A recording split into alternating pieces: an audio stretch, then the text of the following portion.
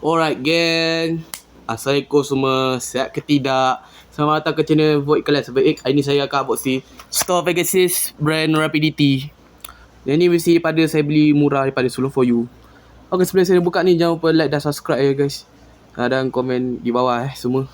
Ok, sekejap saya ambil gunting. Ni gunting dia dah sampai. Ok, tengok bagi jenis macam ni.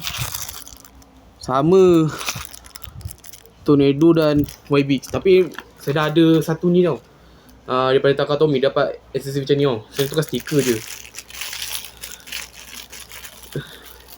Bagi kita bersih dulu guys, sabar.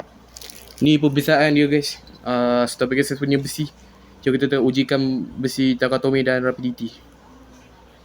Ni bagi saya okey lah. Belakang pun macam original punya. Dan ni tengok kat belakang dia follow sikit. Yang macam ni dia tak full sangat. Dan kita tengok perbezaan fishbowl-nya. Fishbowl dia macam ni ada first ada tak ada cord. Tak ada cord masih Medifact. Ini ada kesan dia dan sekejap sabar. Fish dia ada tambah kimia ada sikit. Takatomi punya macam ni, bersih clean. Nampak. Dan energy layer dan energy layer kot. Clear wheel macam ni tau. Tapi dia agak macam pecah sikit. Ori punya macam ni lah nampak. Ini bersih clean. Okey, jom kita langsung kita pasang dulu. Saya nak pasang stiker sebentar.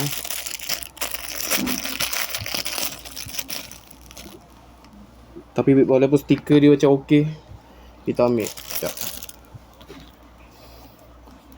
So stiker dulu.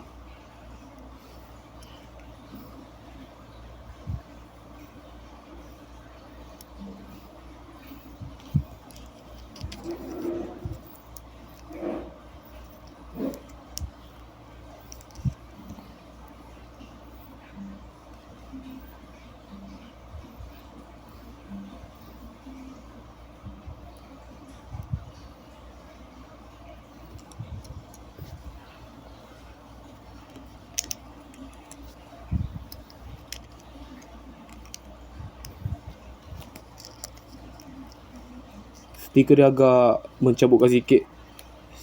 Yang stiker original tu macam hilang lah. Kalau nak beli print pun beli print. Nampak Ni barang baru ni, bukan barang lama tau. Barang baru orang buat. Okey, cantik pasal stiker macam ni.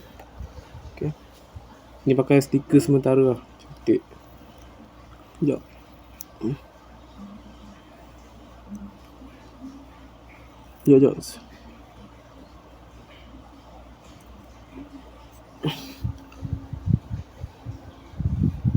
Agak cantik dan macam stiker macam ni. Ini original Takara saya pasang saja. Yang ni tak pasang lah sebab dia punya macam ni. Saya tak ambil. Tak apa. Okey, sampai situ saja. Okey, bye bye semua. Dan jangan lupa subscribe, like dan notification. Okey, bye bye semua.